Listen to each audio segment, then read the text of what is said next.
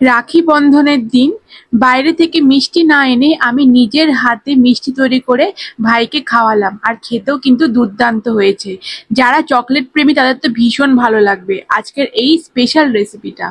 তার জন্য এখানে প্রায় 1 বাটি পরিমাণ সুজি নিয়েছি। সুজিটাকে হালকাভাবে রোস্ট করছি শুকনো কড়াইয়ের মধ্যে। এরপর কিছুক্ষণ রোস্ট করার পর এখানে 2 চামচ মতো ঘি দিয়ে আবারও আরেকটু রোস্ট করে নিচ্ছি।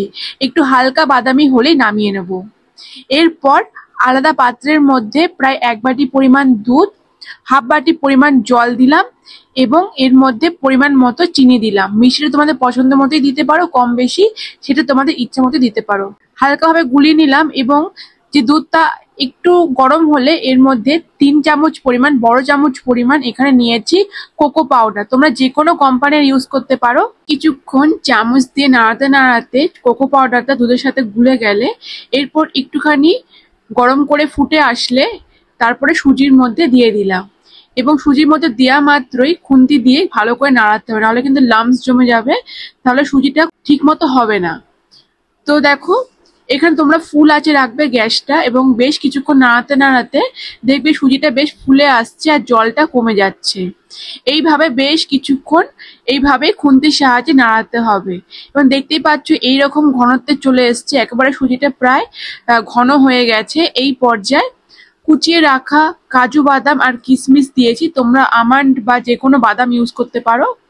এরপর নাড়ি চাড়িয়ে নিচ্ছি যাতে বাদাম কিশমিশ সমস্ত সুজির মধ্যে চলে যায় এবং সুন্দর করে জিনিসটা হয়ে যায়। তো মোটামুটি আমার যে মিশ্রণটা রেডি হয়ে গেছে সুজি আর কোকো পাউডার দিয়ে, চকলেট সুজিটা একদম রেডি। মোটামুটি এর থেকে বেশি করতে গেলে কিন্তু লেগে যেতে পারে কড়াইয়ের মধ্যে। এরপর আরেকটা পাত্রে থালার মধ্যে ঘি দিয়ে ভালো করে গ্রিস করে নিচ্ছি। চারিদিকটা ভালো করে লাগানোর পর চকলেটের যে সুজিটা সেটা দিয়ে দিলাম এবং খুব গরম থাকার জন্য হাত দেওয়া যায় না, তাই খুন্তির সাহায্যে ফ্ল্যাট করার চেষ্টা করছি। আস্তে আস্তে ভালো করে ফ্ল্যাট করে নিচ্ছি এবং কিছুটা ঠান্ডা হলে হাতের সাহায্যে পুরো ফ্ল্যাট করে নিয়েছি। এরপর চাকু বা কিছু সাহায্যে, ধার জিনিসের সাহায্যে আমি এই শেপটা দেব। এরপর একটু ঠান্ডা হলে হাত দিয়ে চেপে চেপে সুন্দর করে শেপটা বানিয়ে নিয়েছি।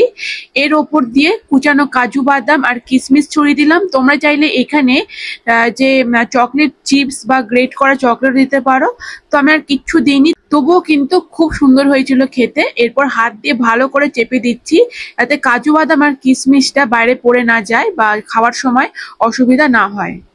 এরপর একেবারে ঠান্ডা হলে চাকুর সাহায্যে শেপটা দিয়ে দিচ্ছি। তোমরা চৌকো বা বরফি শেপ দিতে পারো, তো আমি বরফি শেপ দিয়েছিলাম। তো যেই শেপই দাও না কেন খেতে কিন্তু খুব সুন্দর হয়েছিল। বাড়ির সকলেই খুব পছন্দ করে, বিশেষ করে বাচ্চারা খেতে কিন্তু খুব পছন্দ করবে। বাচ্চারা সময় সুজি খেতে চায় না, কিন্তু এই চকলেট সুজিটা করলে তারা খুব ভালোবাসবে। বাইরের যে আনহেলদি চকলেট গুলো খাওয়ার থেকে নিস্তার পেতে পারেন যদি এই ধরনের চকলেটের মিষ্টি বাড়িতেই তৈরি করেন। আর মিষ্টিটা তোমাদের পছন্দ মতোই দিতে পারো। তো চলো, আমার মিষ্টিটা কিন্তু একদম রেডি হয়ে গেছে।